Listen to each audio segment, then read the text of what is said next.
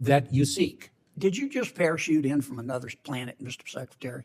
Because you're the only person in the Milky Way who believes that we're not having massive, massive illegal immigration into America.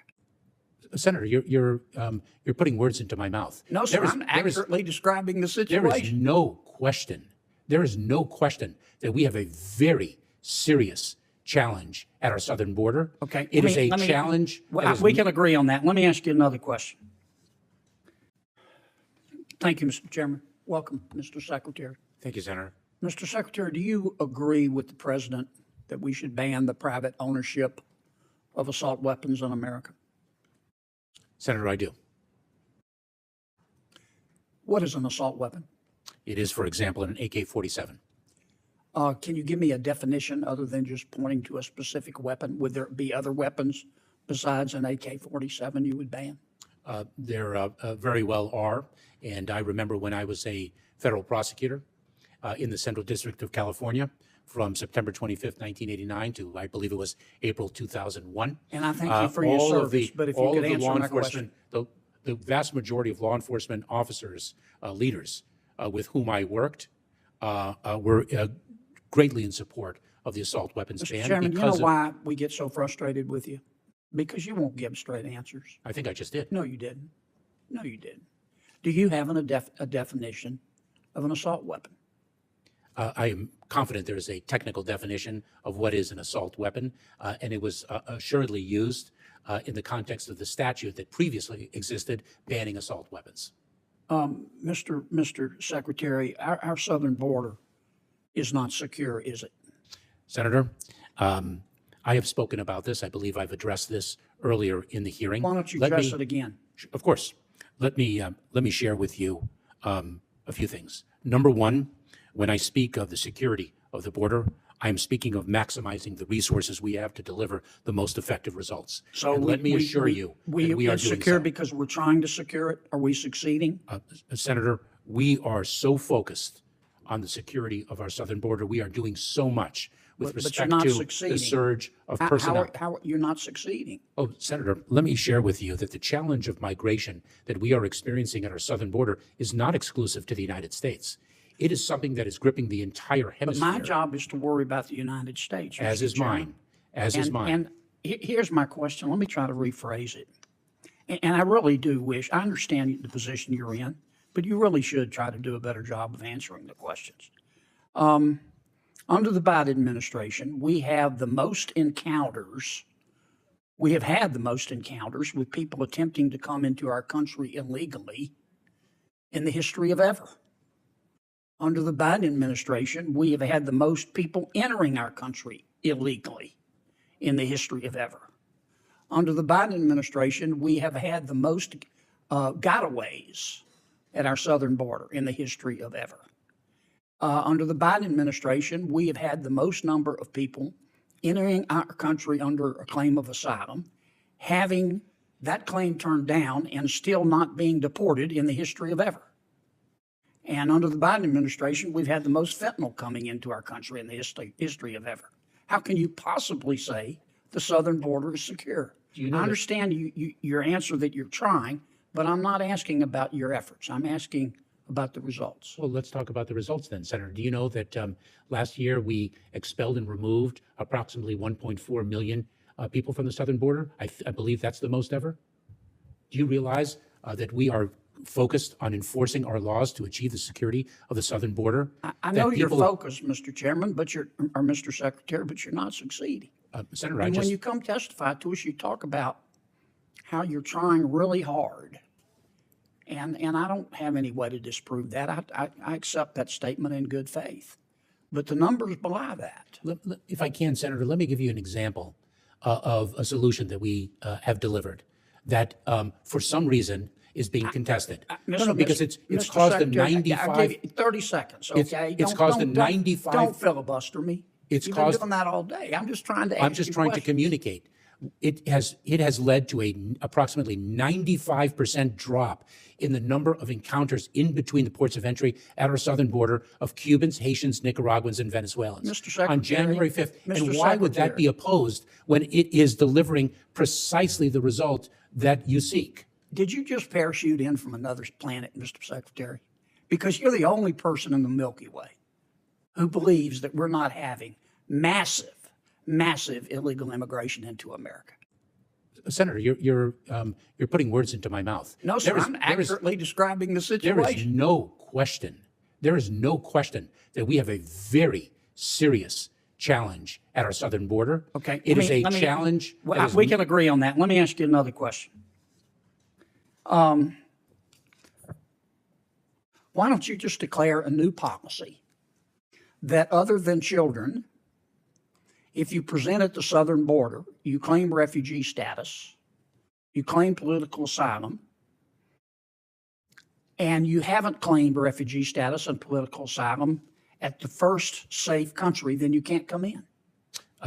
Senator, so first of all, when one presents at the border, it's an asylum claim, not a refugee. But why don't you do that? Why don't you just unilaterally declare that a safe third country policy? It would work. You can't come into America. If you're coming from Venezuela and you come through Mexico, if you didn't claim asylum in Mexico, you can't come here. You have to leave. Why don't you just do that? Well, Senator, let me give you an example with respect to Mexico. A safe third country agreement, let's hypothetically assume. You don't have to have an agreement with Mexico. Yes, you do. No, you don't. I believe you do, Senator. No, you don't. Other countries don't do it. Just adopt a policy that says, except for children, because you don't want to send children back by themselves. Just adopt a new policy that if you didn't seek asylum in the first safe third country, you can't come in, period. Senator, are you aware of the notice of proposed rulemaking that we issued, the comment period of which closed yesterday? You've had 2 years to adopt a policy like I just described. Why haven't you done it? So, Senator, what we have done is haven't you done that? We have surged enforcement resources. We have Why haven't developed. you just adopted? Please, if you would, Mr. Secretary, answer my question. It is my understanding. Why haven't you adopted unilaterally a safe third country policy that would stop, except for children, all the folks from the Northern Triangle countries, all the folks from Venezuela, all the folks from Cuba, all the folks from the Middle East from coming into our country? Why haven't you done that? Senator, it's my understanding that those are two things. It is my understanding that those agreements do require. You don't have to have an agreement with anybody. It can be a policy established by the Department of Homeland Security. Senator, I'd have to review the. You haven't reviewed that? You haven't considered that possibility? Let me finish, if I may. Sure. I would have to review the legal underpinnings of your assertion. You better get reviewing. And I also you ought to get reviewing. This is the first time that's occurred to you. I also do not think that that is sound policy. You don't think this is the first time that's occurred to you? I also do not think that that is sound policy, that we should shut down our entire asylum system. I didn't say shut down the entire asylum system. I said safe third country. All you have to do, Mr. Secretary, if you're really serious, and it's beginning, frankly, to appear that you're not, is adopt a policy that says we're not seeking anyone's agreement. We don't have to. If you're coming from another country and you come through, let's say Mexico, and you say you're seeking asylum, you have to seek it in Mexico or the other first safe third country, or you can't come in. Period. Done. End of story. Why don't you do that? Senator, I don't think that we have the unilateral authority. Sure you do. Other countries number one do and it. number two, as I've mentioned. Try sneaking into China. As I've mentioned, I do not think that is sound policy. Why? Because you are basically shutting down our asylum system. No, you're not. You're saying we honor your right to seek political asylum, but you're cherry picking. Do it in Mexico first. Why have you done that? I think I've addressed that issue, Senator. You don't want to do it, Mr. Secretary. That's what it's beginning to look like, because you think our borders ought to be open. And it would be more intellectually honest if you just say that. That is false. I don't agree with you. You have to watch up here what people do, not what they say, and everything else is just cottage cheese. Senator, I don't think that 1.4 million people who were expelled or removed last year would consider the border open. Mr. Chairman, Mr. Secretary, you've had millions coming into the country illegally. The most of the history of ever under your watch. And everybody knows that, apparently, except you. Either that or you're not being forthcoming with it. We've also had the largest number of individuals expelled or removed from the southern border. And if one takes a look at the apprehension and encounter numbers and then the removal numbers, one would have a different view. If you do the safe third country policy, that'll solve half of your problem right there. Thank And you, you're not Senator. denying anybody asylum. Thank you, Senator Kennedy. Senator Ossoff. Thank you. It ends on a blade's edge. Senator John Kennedy, leaning into the mic, voice steady but sharpened, insisting that a unilateral, safe third country policy would solve half your problem right there, accusing the Secretary of Homeland Security of wanting the border open and punctuating the confrontation with a clipped "thank you" as the chair turns to Senator Ossoff. In the seconds before the gavel of decorum passes, we witness the distilled essence of this hearing. Power challenging power, numbers colliding with narratives, and the human weight of policy reduced to a duel over what counts as authority, what counts as truth. Tonight's final exchange tells us something uncomfortable about American governance. It shows how our institutions speak past each other when the stakes feel existential. Senator Kennedy asked for a definition, first of assault weapon, then of security. The Secretary gave an example, then a framework. Security as maximizing resources, success measured in removals, in drops in certain encounters across specific nationalities. But definitions are not merely semantics here. They are the terms of moral permission. What we call a thing decides what we do with it. If assault weapon cannot be defined, how can it be banned? If secure cannot be measured, how can it be claimed? These are not just talking points. They are the grammar of state power. The exchange unfurls like a courtroom drama without a verdict. Kennedy marshals the litany, the most in the history of ever, alleging record encounters, record gotaways, record fentanyl, record asylum denials without removals. Mayorkas counters with his own metric, approximately 1.4 million expelled or removed last year, the most ever, and a reported 95% drop in between-port encounters for specific nationalities after a January policy shift. Two logics, two dashboards, neither conceding the other's frame. If government is a contest of proofs, this moment reveals how easily proofs become parables, each side an author of its own dataset, each dataset a fortress against the other's conclusions.